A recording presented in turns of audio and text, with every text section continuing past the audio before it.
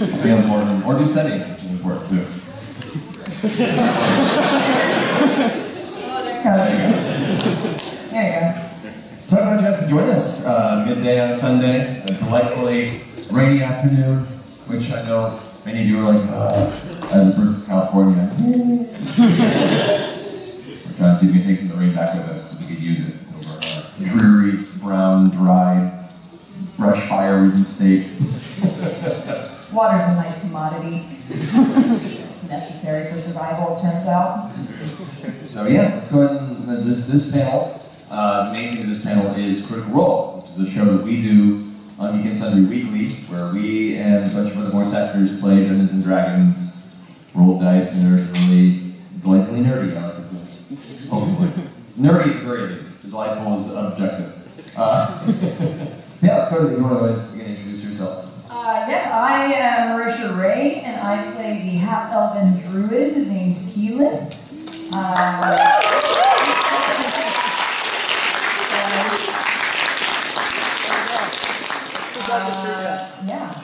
Also voice actor, creator, anomaly, etc.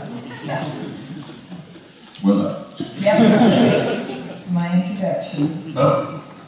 My name is Matthew Mercer. I'm a voice actor from LA as well. But for Critical Role purposes, I'm the Dungeon Master. So I'm the guy who spends most of his free time making up shit.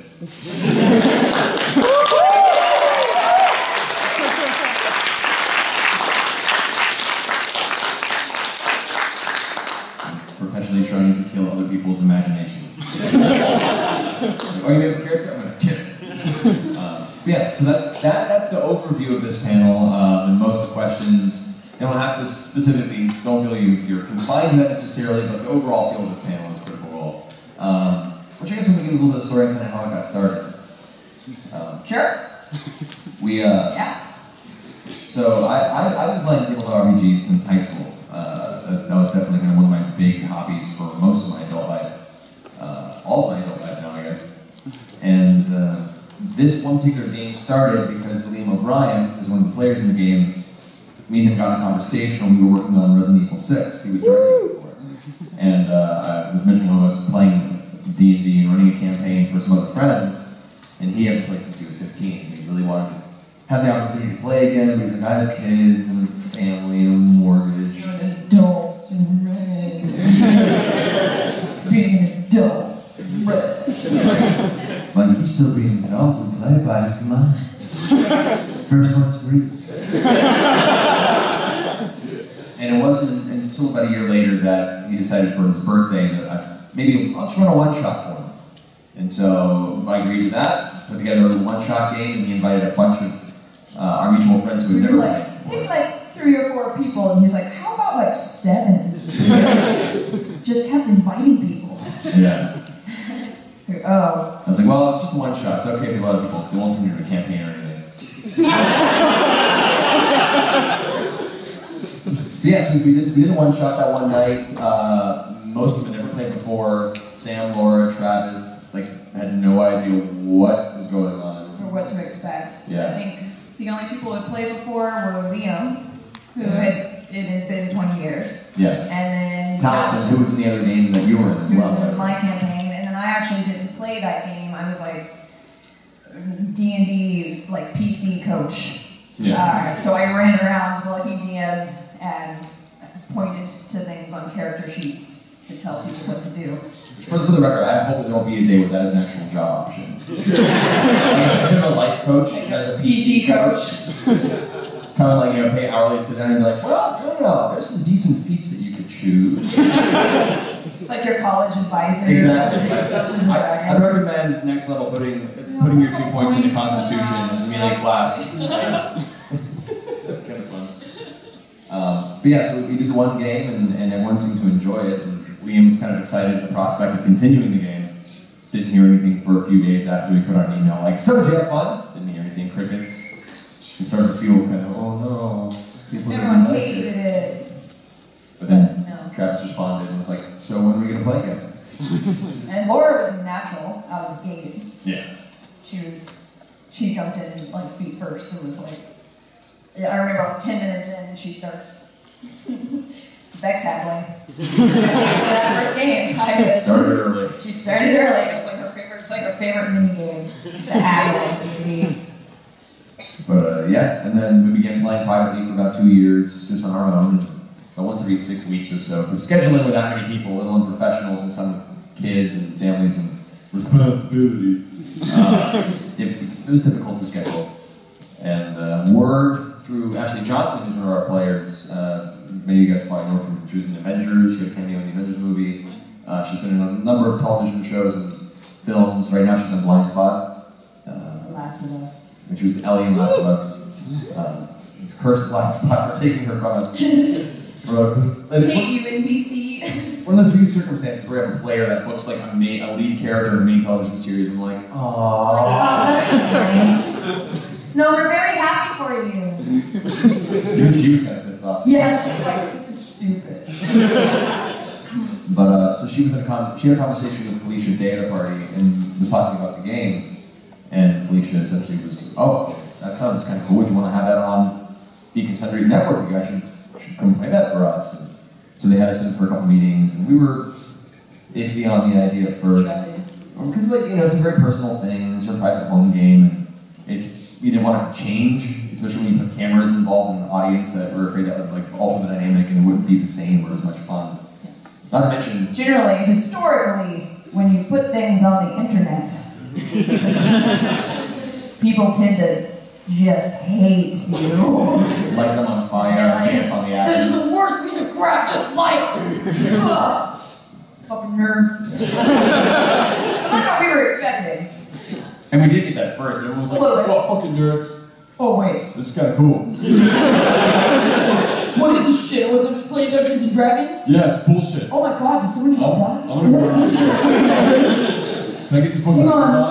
My favorite comment that ever comes up in the Twitch chat, because you still get them every game when it's just new people who haven't seen the show before, and they just randomly will be like channel flipping and find the game. And between League of Legends bouts. And then they see us, and it's always, what the shit am I watching? Every game. What the hell is this? It's a private victory. Yeah, every time.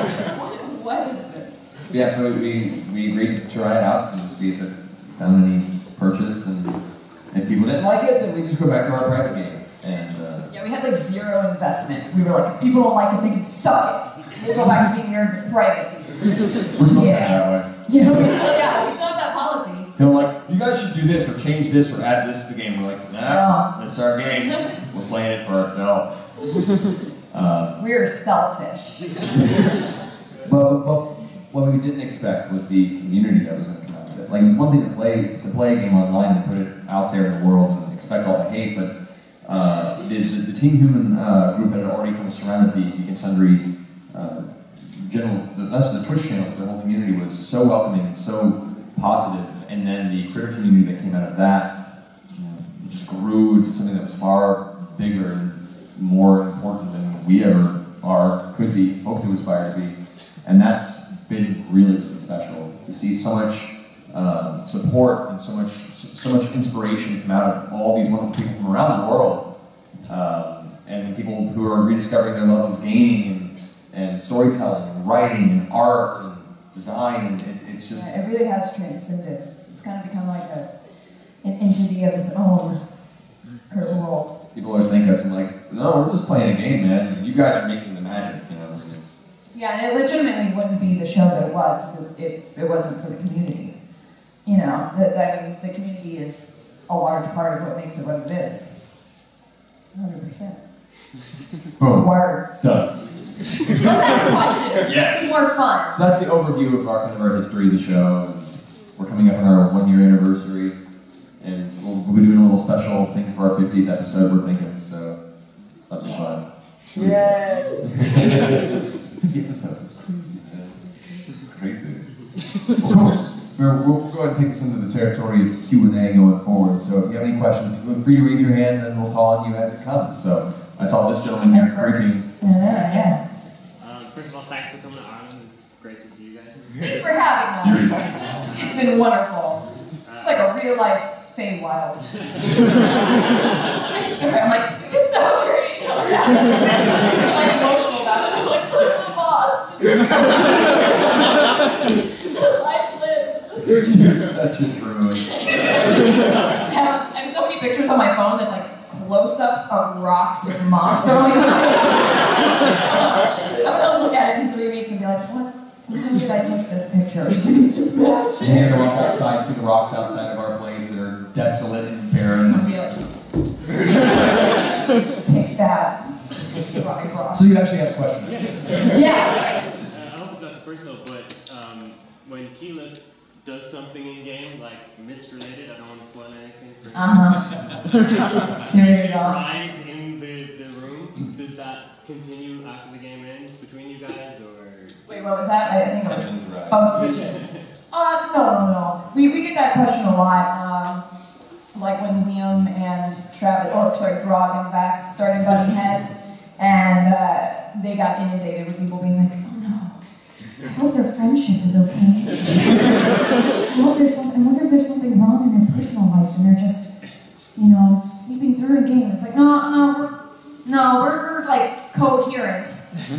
We're sort of sane. We try not to let that happen. Yeah, and in character moments, for the most part, you can distinguish the difference. And as performers and actors, we definitely understand that line between, a character or personality versus an actual personality. Not all games have that. Sometimes you have players that push beyond that boundary or metagame heavily and such, and that can cause certain problems to deal. But for the most part, we don't have that issue with a lot of our players. No, I mean, I'd be lying if I just said that there weren't feelings that still cross over after the game, like something. I mean, but that's why we play it. You get that adrenaline rush, and you're like, and so it's real, but we can also separate the boundaries. I mean, even when the Vax and Keyleth relationship kind of started happening, we had to, talk to the group and be like, it's cool. Nothing.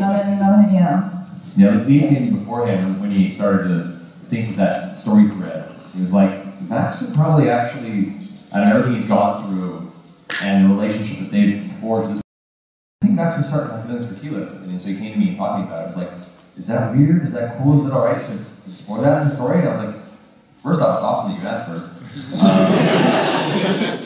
Thanks for that. And two, totally, there's a trust as performers and as actors, and once again, to have that boundary.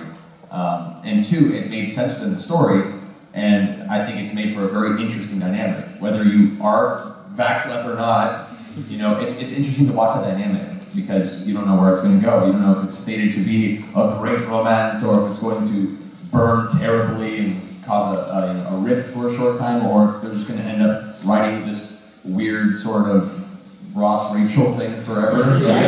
Keep missing each other. They haven't really synced yet. It's like Are they on a break? What? Were they on a break? Oh man. So yeah, to answer your question, not really.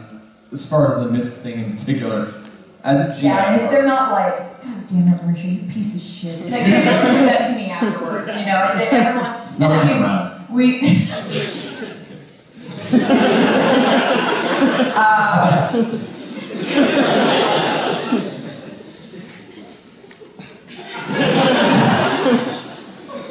I don't remember what I was talking about anymore. Yeah, those circumstances, as a DM, I have a lot I have to think of and consider all the time. And I can't, on top of all that, also concentrate on the minutiae of every player's ability or spell.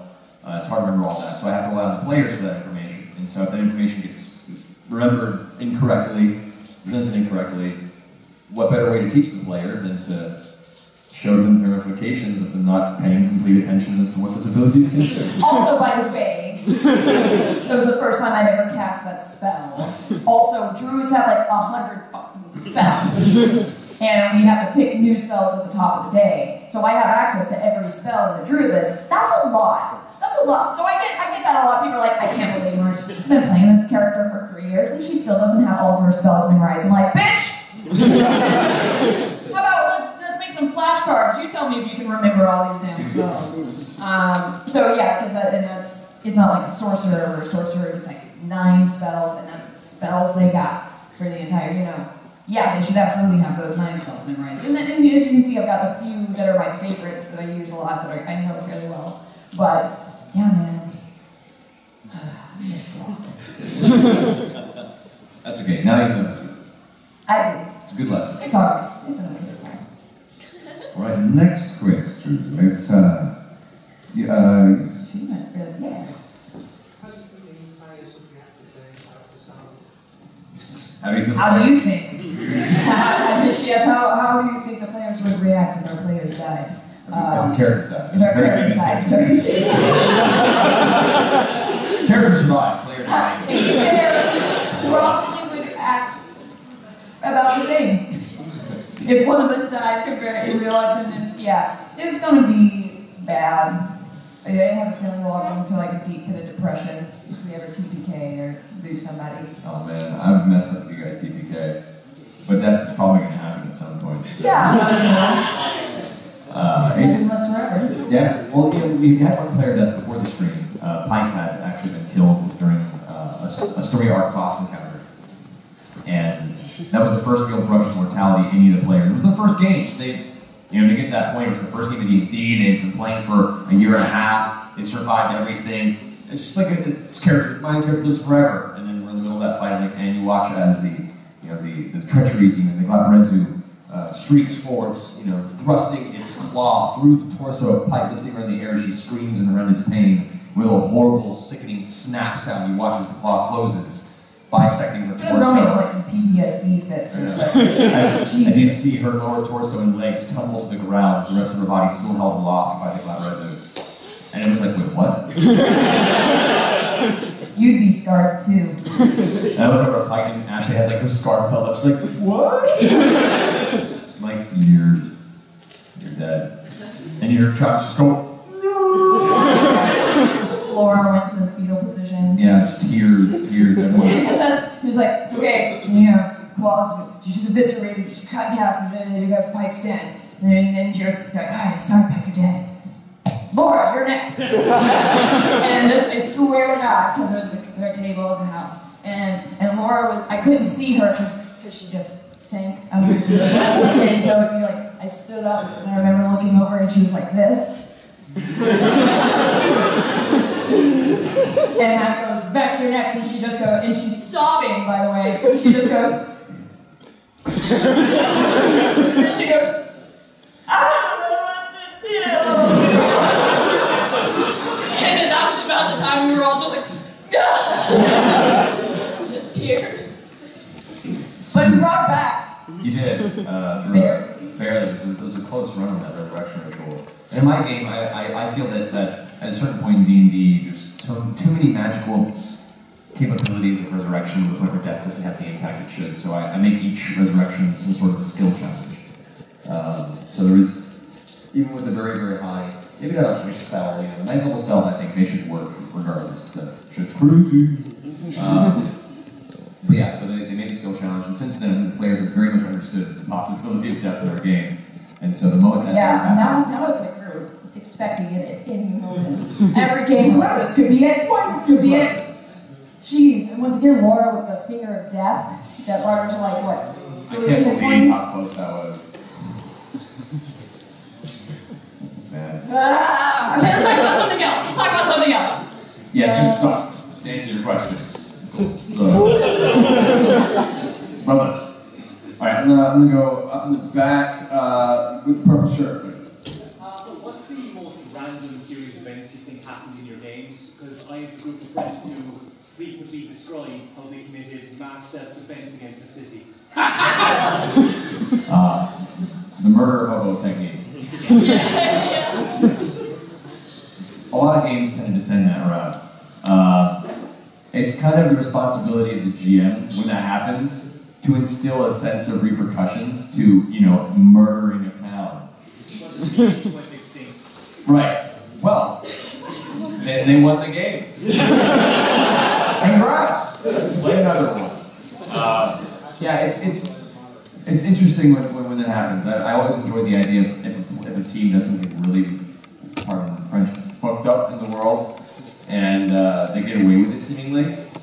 Well, I can only imagine there's going to be a hell of a bounty on their head for many of the survivors. Now they're being hunted, they're being persecuted, and now it becomes this constant threat of, you know, having to live up to the horrible, horrible repercussions of what you've done. I think that could be a cool story arc if you pursue that. As far as our experiences go, cows.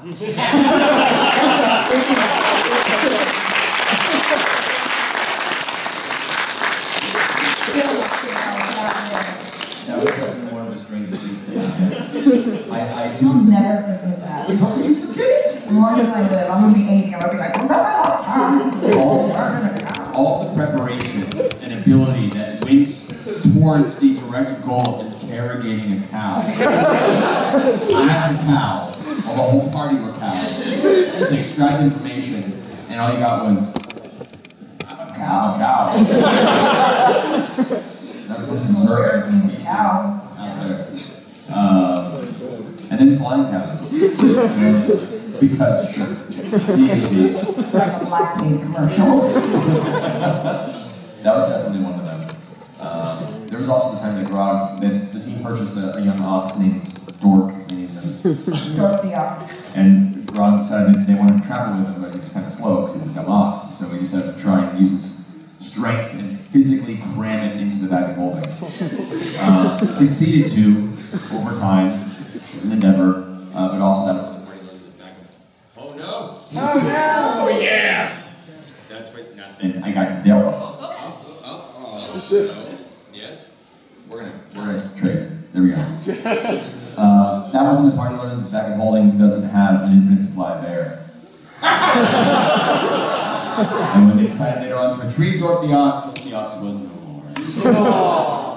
Smelled very much of rotting flesh the next time we opened the bag of holding. Although we did piece out parts of Dork the ox for quite a while. Here, do you want an ox leg? Trade you that for that sword? No? Okay. Yeah. Next question. Let's go you with long red hair. Would you have any advice for a DM who finds that their party isn't exactly most into the role-playing aspect of the game? Okay, yeah, so getting your party to roleplay more, you have to be patient because not everyone is comfortable with that, and it is kind of learning a new skill and a new comfort level. I find a good way to ensure a good environment for that is to make sure that as a DM, when you're role-playing an NPC, to make sure you engage them.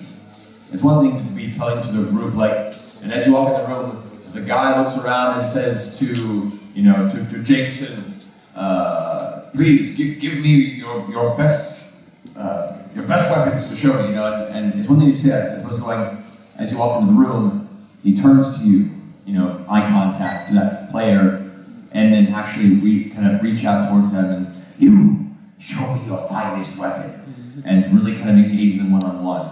And whatever they say in response, sticks. Make it stand. They're like, oh, I'm just going to cut his head off. I'm like, you're going to cut my what? No, I'm saying as a character. What's a character? You can throw that on them a little bit and try a session where whatever they say, even jokingly, stands in the game. You can describe their actions and everything, but if they say something that would be akin to a character statement that they're saying as that character, verbatim you react in that regard. That's a way to try it, and some players will be receptive or not. And not all games, not everyone's going to be super comfortable with that, so you can't force anyone to do it.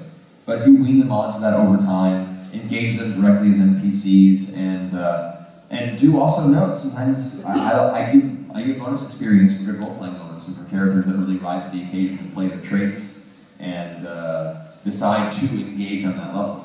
And so there's an actual physical reward for those players that want to step out of the comfort zone and give it a shot. Those are two possible ways of doing it. Or just fill the room with nitrous. Really high. Don't do it. And luckily, I feel like with the 5th edition, with the backgrounds that they have, that really helps in kind of fleshing out a character for people who might not be familiar, kind of giving them ideas. I really like. I like how 5th edition kind of helps nudge along the role-playing aspect a little bit more. Oh, Ryan, that sounds like you didn't get the last one. Let's see. Oh, Ryan, you're in front. What's the longest game you've ever played in one sitting? Longest game played in one sitting. For me, the very, very final session of my Ravenloft campaign that I ran for 2 years, we turned it into a weekend sleepover. So a bunch of adults in our pajamas. We got a bunch of food together, and we started at 1 p.m. in the afternoon, and we played straight until 3 a.m. So it took about 14 hours straight. And then we slept, woke up the next morning, had breakfast, and then continued playing until midnight on Sunday night. In which they finished the final encounter with Strahd, had their epilogues, and I completed the entire story arc. And with each character's history thereafter, how they were affected by it. And nobody gets out of Barovia unscathed, man. Everyone started as heroes in that game, not everyone made it out of there as a hero. Not everyone made it out of there alive. It was grand. I mean, I don't know, probably like 12-hour sessions with the group now before we started the stream. Because before we started the stream, like I said, we would only do a game probably like once. We tried to do it once a month, but it generally ended up being once every 2 months. And we would just block out a Saturday. And same kind of thing, generally try to meet up at like 10, do brunch, and then play till 8, 9, 10. Yeah. And then that's how we did it before the stream started. now we do it more consistently, which means it's less of me at every session having everyone go, alright, so what happened again? Where were we? It's much easier now. If they have that question, I'm like, go on the internet. Rewatch the episode. Go to the wiki, I don't know. Next question. Let's do you right there, yeah. Yeah. What is the most violent death that's ever happened? Or Matt, I guess more so, or in any most violent moment. Most violent moment? Moment? Or player death? Player, yeah, or even like or NPC death or any death. All. There was one moment pre-stream where the group had agreed to be part of what's called the Brawlers. I knew you were going to go with this. Yeah. This is the story I would have picked. It's an occasional underground tournament that shows up in certain places in the world, and this one had come into Westerland. And they were brought on by a dwarf named Grimthorn, who's actually based on one of my old PCs. And he basically was working as their bookie and their manager for this whole event. And so they get down in this underground kind of haphazard ring built out of an abandoned warehouse. Yeah, total fight club. Total gritty fight club. And they're going against this team of all mages that are all fresh out of college. You know, kind of young. Imagine mage douche bros. And they're just like, yeah, what up? Yeah. Magic. They come from the upper echelon of the families, you know. Yeah, all Cleveland, just wanting to kind of prove themselves and make some money. And so Scanlan and Grog have this plan where Scanlan, at the time as a bard in Pathfinder, had the ability to summon celestial creatures. And so, it was one of the Pathfinder spells at the time, and so he summons a celestial pony. He just summons it right in the center of the ring before the fight starts, as they're calling the names of the teams, and they call out your group, which is the time work all the shits. Super high intensity team. And as they walk into the ring, Scanlan casts his spell, and the celestial pony just emerges from this sparkling doorway of magical energy. And then Grog takes his axe and just cuts it in half. And the other team's like, what? And then Grog takes its head and starts smearing himself with blood. And Scanlan grabs the other half and starts smearing himself with blood. The two of them somehow worked that out without telling anybody else, and then I love it when the dice rolls just happen to work out the storyline. I rolled a 1 on my initiative roll, so it would be in storyline, Keelan was like, alright, we're gonna fight these mages. Oh, Scanlan just summoned a pony. I rolled 1 on my initiative as Keelan was sitting there being like, what do you want? Yeah. What? So that's been a pretty intense intimidation roll from their side. The opposing team did not make any of their opposites, and in doing so, they all were knocked very low on the initiative chart as well. So the whole, you guys wiped them out. Yeah. But maybe just don't have the initiative in a close ring combat. It's bad. It's real bad. Close to death real fast. Douche bros, take that. Yeah. Douche mages. Douche mages. Okay, next question. I would say, you sir, with your glasses right there, yes. Have you ever considered doing just a one-shot episode in a different game, say like Paranoia or something like that? Oh, well, we've done that. He did Paranoia. Although we have one of the shows on Beacon Sundry called No Survivors that I have run. They do different games every few weeks or so. We just did the old TMNT RPG. They run some GURPS stuff, and he ran a game of Paranoia. And now I got to play as a player along with like Felicia and Will Wheat and a few other people. So they kind of have that going now. But we've done a few one-shots within the universe, and we may do other type of events like that in the future. So I hope so. I'd like to. We've got ideas. So I like playing other systems in there. I love 5th edition D&D, and we're definitely playing this all the way to the end of this campaign storyline. But it would be nice to kind of, every now and then try something else out too. So hopefully. Alright. Yes, in the back. We're going to start. I love Sarah, and I was wondering, because Mary works so well with the group, but obviously her story is quite entwined with Kasha. But I was wondering, do you think there'd ever be a time that she could actually join the group, because her story fits so well? And I think she just works really well with the other characters. She does. I'm sure Mary would love that. It's difficult because we have a lot of players, and it's already more than I would normally play with. The only reason we have so many players is that we invited so many people to that first game. And then we just kept playing. I couldn't tell anyone, sorry, we've been playing for 2 years, you can't play anymore, just because, I couldn't do that. So I took it upon myself to just continue pushing forward. And so it's already a lot of players, and I think we have a good number now. Plus, we want to bring in guests every now and then. And if we add 1 or 2 more players to the consistent party, it's just going to be so difficult to manage for any sort of guest appearances. Plus, there's also a little bit. There's a little bit of an element, probably what you were going to say, where it is still our personal game that we've had for going on 3 years now. So there is that definite camaraderie that we've built between us, and when we get maybe a little, territorial over it, maybe. And when we pick our guests very, totally. Good. When we pick our guests, we're very particular about it. There's been some bigger A-lister celebrities that we're like, nope.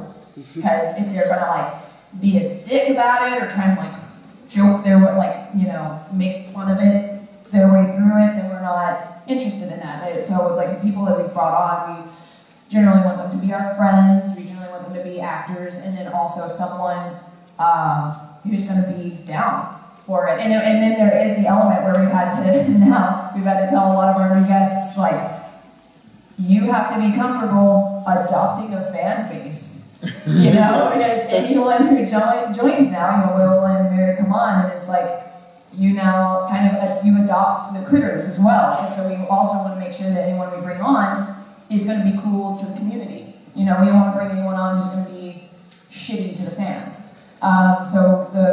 We're very particular about who we bring on because we're protective of it. Mary's fantastic. She's phenomenal, which is why she's back. Yeah, and Will as well. Yeah, her and Will, they were so great the first run. I was happy to bring them back for this bit and possibly more in the future.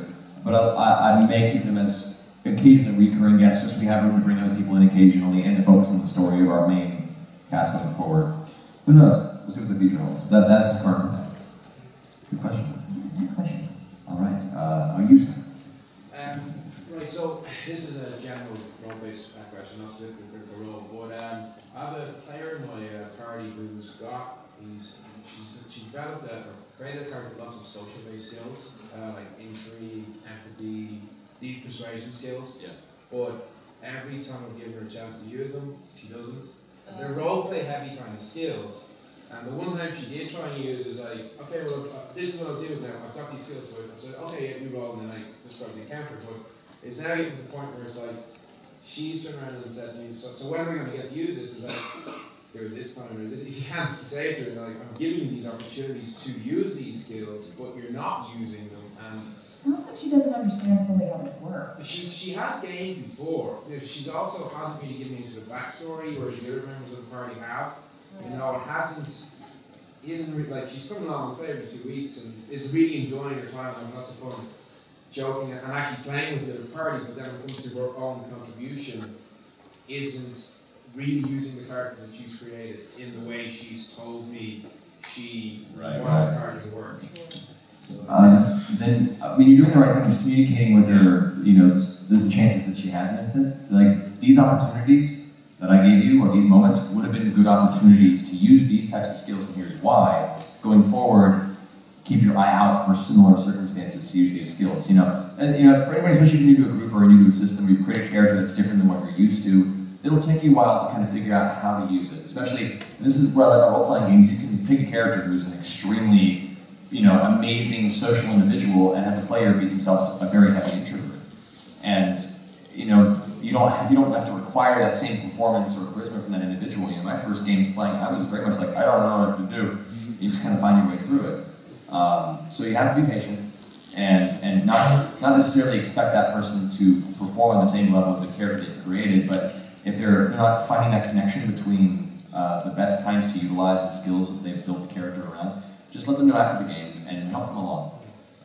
It may take some time. Were you saying that she hasn't written a backstory? Is that what you're saying?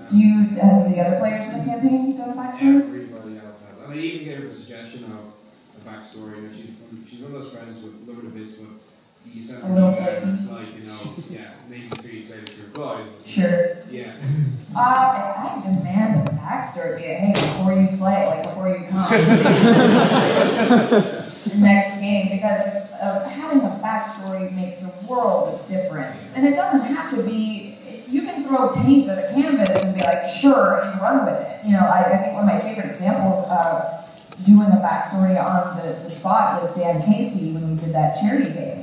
And because once again, in the back of, in 5th edition, you pick a background, and if you're like totally lost, don't know at all what to do, roll like d8s and just kind of pick like your flaws, your background, your ideas. And Dan Casey did that. You just roll it. You rolled it, and then you went with everything you rolled, and then just fleshed out a backstory off of what you rolled. And it was incredible. So it's totally possible. And like all of our backstories when we first started this campaign were like maybe 2 paragraphs, maybe 3 paragraphs. So like we were just like, Travis has a great story where he was like, Matt was like, what's your name? What do you want your name to be? And he was like, Grog. And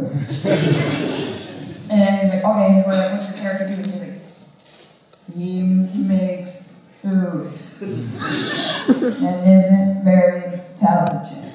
And we're like, cool. And that's literally how Grog started. He's way more of a fleshed out, deep character now, but you know, we didn't really know what we were doing.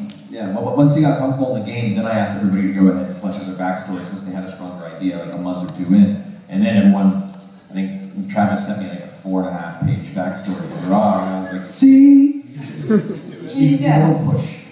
Yeah, like I said, it's just, you'll start to kind of find that character in the game, but just those little nuggets to like lead off of make the world of difference. Because when Keelan started, I was just like, she's got low charisma because she's never really left home, and it's going to be like a journey discovering herself story, sure. And then that was it. And then she has developed so much deeper. You know, once again, now we have like pages and pages on all of our characters now. But yeah, make her write a backstory. I would say if you need to, like, trigger her to lunch. Be like, hey, let's have lunch for 2 hours. And they get there, be like, cool, so for these 2 hours, I'm going to sit here and we're going to brainstorm some backstory ideas, and you're going to write them down. Make it fun. And like I really feel like that's what it's all about. I mean, they're called tabletop role-playing games for a reason. You know, and once again, we say this all the time, you don't have to be as heavy into role-playing with your game. If you want to just be more of a dungeon crawler, that's fine. You can make it whatever you want. But what's rewarding and gratifying for Dungeons & Dragons for me is the element of literally kind of creating a new character and putting yourself in another person's shoes that you can't be on a day-to-day basis. It's the appeal of World of Warcraft, right? You know, you're a hero in your day-to-day life. You get to make up, be with whoever you want. And I think Dungeons & Dragons is an amazing tool to teach empathy. And to, I love the new trend of teachers now, once again with the resurgence of kind of tabletop games in 5th edition. We've heard from a lot of teachers starting D&D clubs in their elementary schools and their middle schools. And I think that's phenomenal because look at all the things that D&D teaches. Creative writing, you know, imaginative thinking, social interaction skills, once again, empathy. You know, it's that age-old adage that you won't truly know someone until you walk a mile in their shoes. Well, you walk like 20 in a game of D&D. So, yeah. So we got about 13 minutes left in the panel, so we're That's it? So we're going to try and be a little more succinct in our answers so we get as many questions as possible. So, in the way back with the blue shirt and the white hat. Yes, hello. What is either your best or worst luck streak in a game of Dungeons & Dragons? Best or worst luck streak in your game of Dungeons & Dragons? Worst luck streak probably for you is misreading Windwalk. That's pretty rough. Yeah, thanks. Sorry. Good question. I don't know. I've had a few great boss encounters that I've designed and been like, oh, this is going to be phenomenal and intense. And then I just roll like complete shit the whole time. Like, all right, like, oh, that was an easy fight. I'm like, yeah. Bet it was. Stupid RNG. That does happen. You guys got some lucky rolls on the Kavard fight, I'll say that. Yeah, that was actually I was rolling pretty poorly on that. That could have gone a very different way. Well, I know me like jumping off of the magic carpet and going earth elemental midair was risky, and I somehow managed to succeed that roll. Yeah, that was cool. So that was pretty cool. That was probably one of my more favorite moments. Yeah. Good question. Yeah, nice question. Oh, right, you can just... Let's go. Yeah, sure. Yeah. Nice. First thing, Second thing is, I bought the D&D starter set yesterday. Nice. And I'm using the preset cartridges. Love it. But we don't like those. So when we get back to our place, we're going to like print out brand new cartridges to make our own.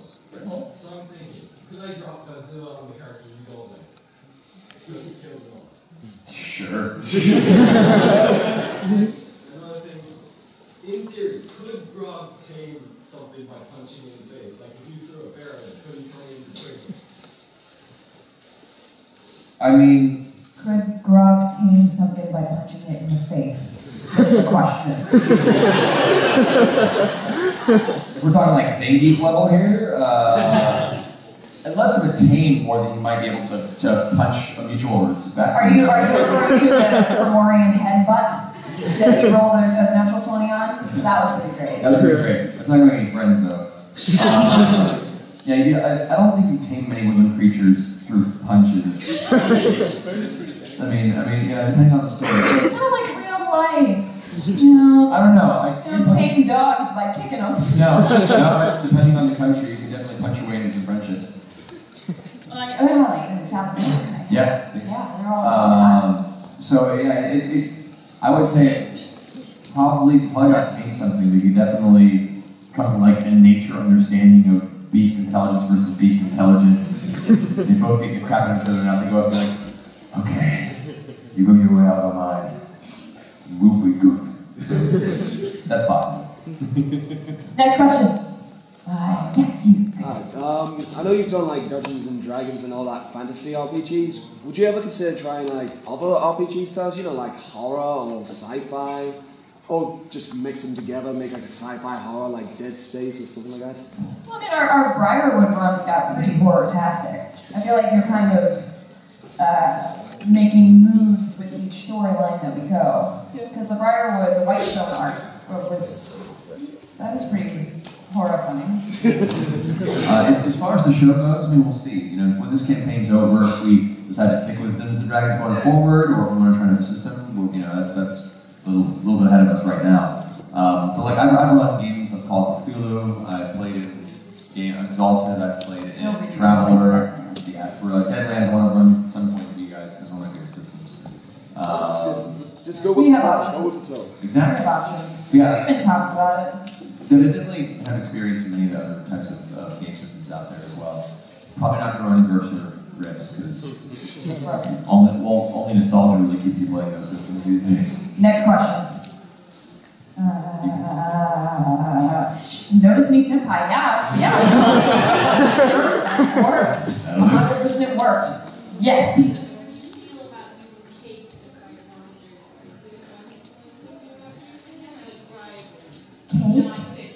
I was like, how much damage does a cake do? That's brilliant. I love that. I love creative ways of solving problems. I mean, yeah. Not every encounter is defeated through weapons and bloodshed. Sometimes you can make your way through conversation, through gifts, sometimes it's wonderful baked goods.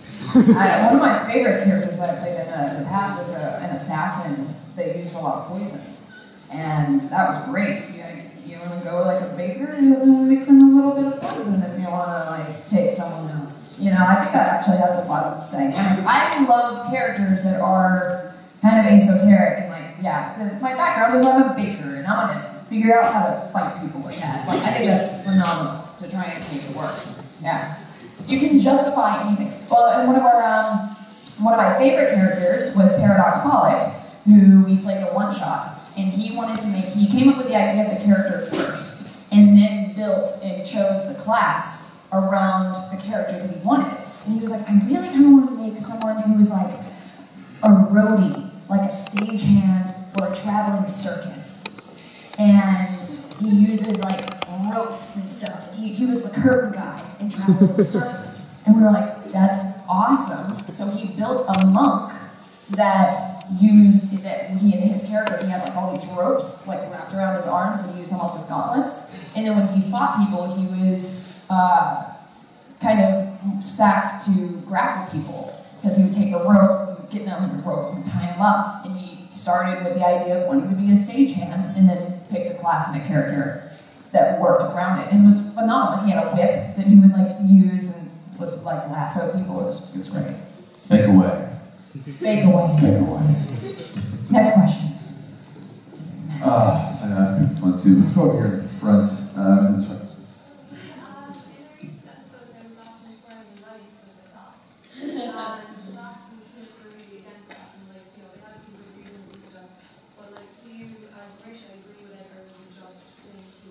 Good question. She asked, spoiler alert, by the way, if anyone's not caught up. In the latest episode, we had a negotiation with the class, and it didn't go, well, I guess it didn't go poorly. It's not like it went good or bad, it just went in a direction. It went in a direction. You don't know how to navigate down the road?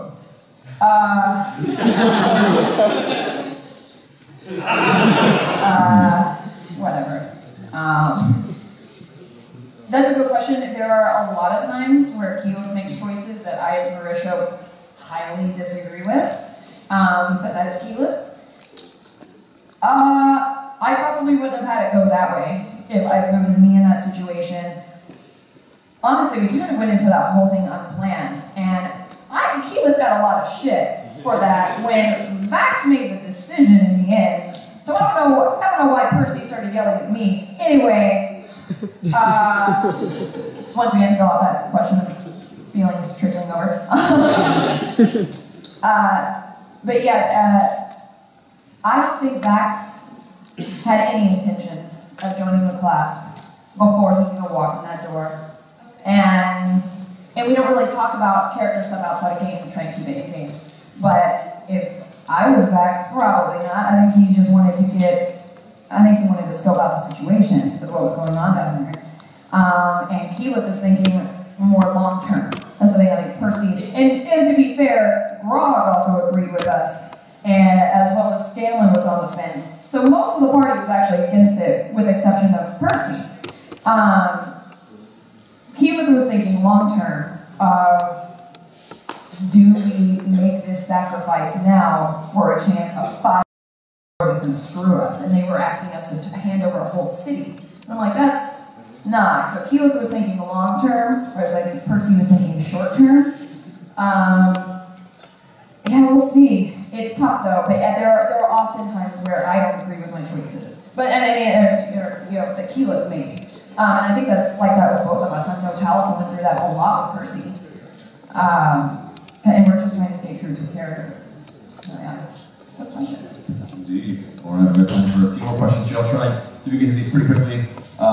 You, sir, had your hand for most of the panel. So.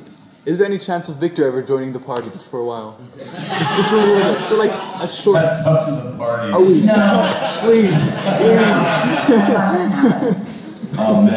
That's as much as we all love Victor, you don't want to walk around with that. That'd be a lot. Well, I mean, no, he'd be a fun companion to have around, but he's one wayward, one to fireball use away from taking out 3 party members. Next question. Yeah, you the one, yeah, you right there. Yes, yep. Okay. Understand the druid thing, by the way. I play a cleric. All the spells in the morning. All the spells in the morning. What's a moment for you where you think like you get really into character, and then you'll start to realize like they'll start making these choices, and you're kind of angry with the character sometimes, or like what? What's a moment for you that you think is the most like a moment where Keyleth did something where you're just like, and maybe for Matt NPCs that you play in the game that did something? You go first. I'm thinking about this. I'm trying to think of the moment where I really had her. Let's see. I mean, every NPC has their own mind. There's always having a character that you're so invested in. I have so many that are partially invested in, and it happens often. But for instance, Uriel Taldore, the previous sovereign of Iman, he was a little shit in a lot of ways. He was under a lot of pressure, and he was the head of this entire government for so long, and kept being either betrayed or put in. Well, I think I betrayed my destiny. There we go. I'm the mic disabler again. So he was a character that had a lot of rough things happen throughout his entire rule, and at the very end was just so blinded with his frustration and his own inability to maintain control of his kingdom that he just made a lot of rash choices. And like the whole following with the Briarwood's arrival, and even though there was some influence from like Lord Briarwood based on his decisions through the charm effect, his complete and utter condemnation of Vox Machina's actions and kicking him off the council was somewhat extreme. And it was less to do directly with what they had done, more a lot of his own internal strife and his feeling like he needed to prove that he had control of the situation in front of all of his peers and the rest of the council. And unfortunately, they bore the brunt of a lot of that. And yeah, I wouldn't have handled that anyway like that. I would have been much more understanding, and a person in the right mind would have been like, all right, well, you say these Briarwoods are evil, let's talk this out. Uriel wasn't having any of that. He had to kind of, for lack of a better term, assert himself at that point at the detriment of the group. And so that's a good example of a strong character personality that I personally cannot agree with. It was very weird to have to play something like that that is against my instincts, but also kind of fun too. All right, see if we can get a few more questions here. Well, I guess my quick answer to all that was going to be, I don't know, there's been several times that I've gotten angry at Keyleth for not speaking up, and she's kind of compromised herself in a few places. I'm still really upset that Keyleth let going back into General Krieg's house in the basement, like just a few episodes ago, happen. And honestly, though, like all those moments were they're all big character turning points, because I'll probably not let that happen again. So yeah, there's been a few times where it's, compromising herself. Probably shouldn't have. She's done some pretty bad things, because Vox Machina can be a terrible influence. So there's that she's got to deal with quite a lot. Next question. It's 3:01, so we're going to get through a bunch of these really fast, quick answers as best we can. All right, so how long do you spend on your hair? campaign? Right there, the yellow hat. If you could be any mythical creature, what would it be? Any mythical creature, what would it be? Displacer king. The displacer beast. There you go. D&D mythology. Well, I'm a dungeon master, so Jurassic. Just to be a tool guy. Way back. How long do you think that Critical Role is going to last, and how does it feel having created this community? Well, Critical Role, this campaign, I surmise, the story will last probably another year or so, I imagine. Until people hit like max level and crazy stuff will happen. We'd like to continue past that. We'll see if the internet doesn't burn us down first. As far as creating this community, we didn't create it. The community came up of its own. But we're perpetually humbled and honored to be even a part of that whole process. And continues every day to kind of blow us away. So it's amazing. It's amazing. Next question. Yeah, blue shirt. What's the most awesome boss you've ever encountered in any of your campaigns? Both of you. Your most kind of big battle that you've taken part in. Right. Kavarn with the Horn of Orcus is pretty crazy. Yeah. As a dungeon master, I'd say really enjoyed the Strahd battle at the end of my Ravenloft game. That was a game where I got to Strahd, took the cleric and threw them out of a stained glass window that led into a giant ravine hundreds of feet down. She caught herself on the edge of the ledge, and the charmed paladin Strahd made walk over and kick her off the ledge. This is the paladin who, like, tears in his eyes, had no control over himself, just mouthed to her best he could say, "I'm sorry," as he kicked her out into the darkness and watched her fall to her death. That was pretty good. Next question. Yeah. Biggest fuck up you've ever seen. The critical fail of all critical fails. Oh man.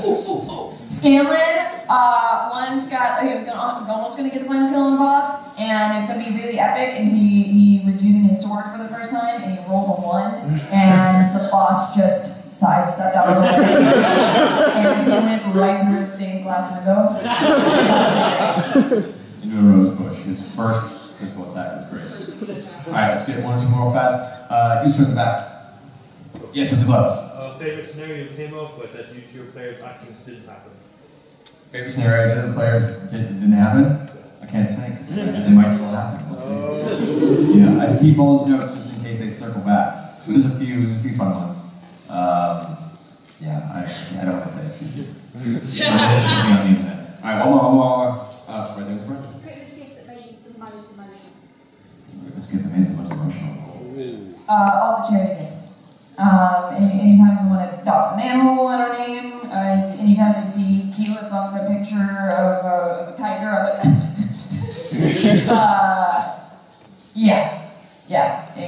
insane. Humbling every time.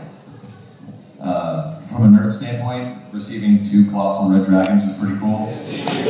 Like I've been slavering over those miniatures since they came out, and so that was huge for me.